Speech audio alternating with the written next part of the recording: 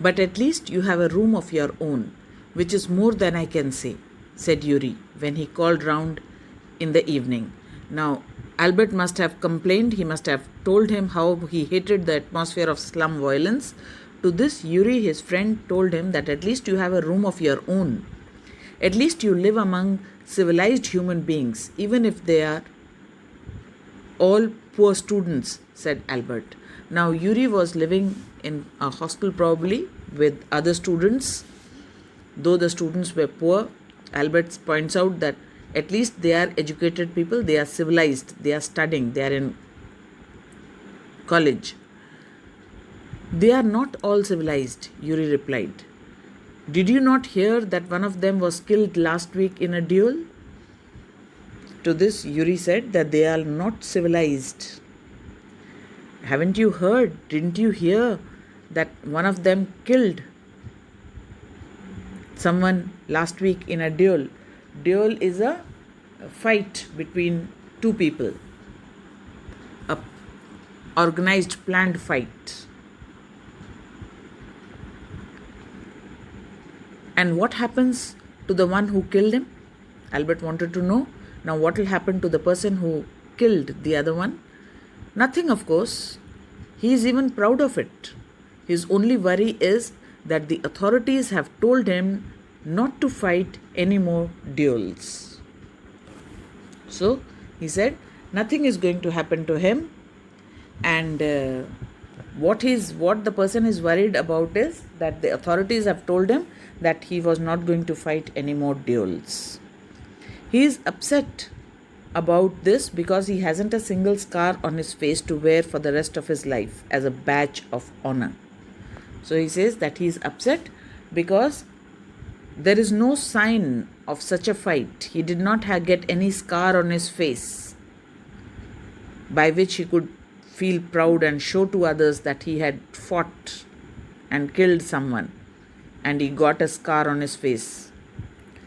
Ugh, explained Albert. And these are the students. Well, you'll be a student one day, said Yuri. So now Albert said that, and these are students who are studying. To this, his friend says, even you are going to be a student one day. I doubt it, said Albert glumly. Now, Albert said that I doubt it. He said this sadly. Glumly, sadly. I don't think I'll ever pass the exams for the school diploma. So why he was sad? He thought that he will never be able to pass the school diploma. He wouldn't be able to get school diploma because it was very difficult for him to pass the exams in school. He told his cousin Elsa the same next time she came to Munich. Normally she lived in Berlin, where her father had a business. So when his cousin Elsa came there in the next week, he told her also that it would be difficult for him to pass his school. So he won't be able to get his diploma. Normally Elsa lived in Berlin, where her father had a business. I'm sure you could learn enough to pass the exams, Albert, if you tried. To this she said that if you tried, I'm sure you can learn enough to just pass your exams. I know lots of boys who are much more stupid than you are, who get through. So she says that I know many boys who are quite stupid than you are. And they got through. They say you don't have to know anything. You don't have to understand what you're taught. Just be able to repeat it in the exams. So she says that you don't need to understand everything. All you have to do is just learn and repeat it in your exams. That's the whole trouble, said Albert. I'm no good at learning things by heart. So this was the main problem with Albert Einstein. He was not able to learn anything by heart.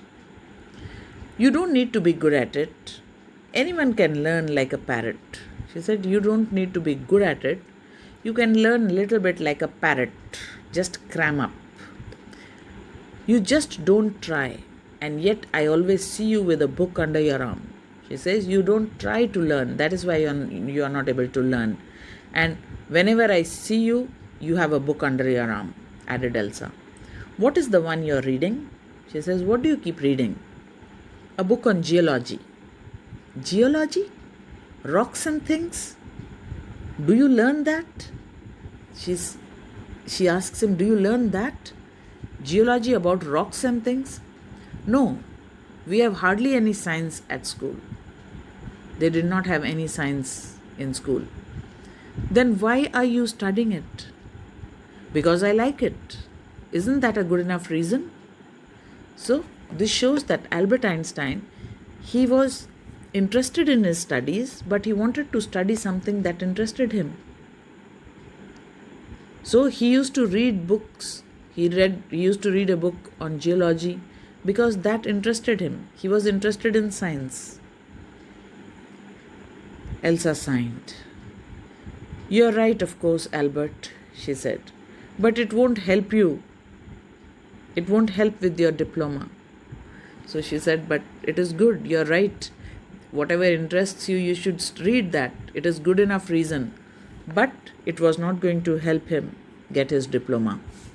Apart from books on science, his only comfort was music, and he played his violin regularly until his landlady asked him to stop. So, apart from reading science books, his other comfort is in which he relaxed, he got solace, was music. He played his violin regularly. He used to play violin and he used to play it regularly until his landlady asked him to stop.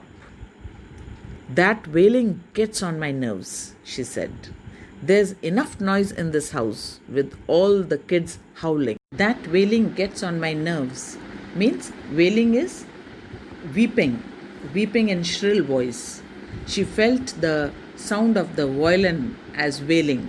So she said that wailing gets on my nerves. She gets upset listening to that sound, and especially when there was enough noise in the house with all the kids howling, the children crying. Albert was tempted to point out that most of the time it was she who made them howl. He was tempted, he wanted to, he wished to point out, to tell her that it was she who was the cause of it, because she only beat the children, because of which they cried, they howled. But he decided it was better to say nothing. But he decided not to say anything, so he kept quiet. I must get away from here, he told Yuri, after 6 months alone in Munich. After 6 months, he told his friend that he should get away from there. It is absurd that I should go on like this. It is silly. It is foolish that he should go on like that. In the end, it will turn out that I have been wasting my father's money and everyone's time. It will be better for all if I stop now. So, he said, ultimately, finally, what it will appear that he had been wasting his father's money and everybody's time, because he did not hope to get the diploma. He could not pass the school diploma.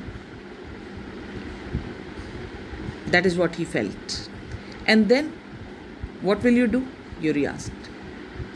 Yuri wanted to know what will he do then? I don't know. If I go to Milan, I'm afraid my father will send me back. Unless his eyes gleamed with a sudden idea. So he said he did not know what he was going to do, and he was sure that if he went back to Milan, his father was going to send him back. Unless suddenly an idea comes into his mind and his eyes shine, gleam. Yuri, do you know any friendly doctors? He asks Yuri if he knew any friendly doctors. I know a lot of medical students and some of them are friendly, said Yuri. Doctor? No, I have never had enough money to go to one. Why? Now, Yuri told him that he knew many medical students and some of them were friendly also, and he did not know any doctor because he never had enough money to go to a doctor. Then he asks him, "Why are you asking?" "Suppose," said Albert, "that I have a nervous breakdown." Nervous breakdown means weakening of nerves.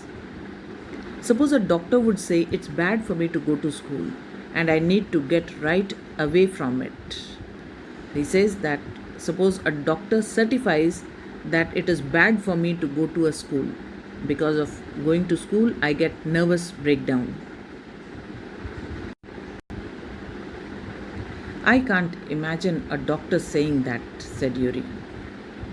"I must try," said Albert, "to find a doctor who specializes in nerves." So Yuri says that I don't think it is possible for a doctor to say such a thing. I can't imagine a doctor saying such a thing. But still, Albert persists. He says, "I must try to find a doctor who specializes in nerves." A doctor who specializes in nerves is called a neurologist. "There are plenty of them," Yuri told him. He hesitated for a moment and then added, rather reluctantly, "I'll ask some of the students if they know one, if you like." So he says there are plenty of them. There are many doctors who specialize in nerves. And then he thought for a moment, hesitated, and then he added reluctantly, that is, unwillingly, "I'll ask some of the students if they know one, if you like." So he agreed to ask some of his medical friends about the doctor who specializes in nerves. "Will you?" "Oh, thank you, Yuri." Albert's eyes were shining. So Albert was very hopeful and he thanks Yuri for this. "Wait a moment, I haven't found one yet." Yuri said, "You're thanking me too early. I haven't found any yet." "Oh, but you will." Albert was confident that Yuri will find a doctor. "And if I do, I don't know if he'll be willing to help you." So Yuri said that even if I found a doctor, I'm not sure that the doctor will be willing to certify what you want him to certify, that you get a nervous breakdown if you go to school. He will, declared Albert. "I'm going to have a real nervous breakdown to make it easier for him." He laughed merrily. So Albert said that he will, because he was going to have a nervous breakdown, he will show as if he's really got a nervous breakdown, and that will make easier for the doctor to certify him. And he laughed merrily. He was very happy, so he laughed happily. "I've never seen you looking less nervous," remarked Yuri. Yuri said that I've never seen you looking less nervous, because Albert looked very happy at that moment.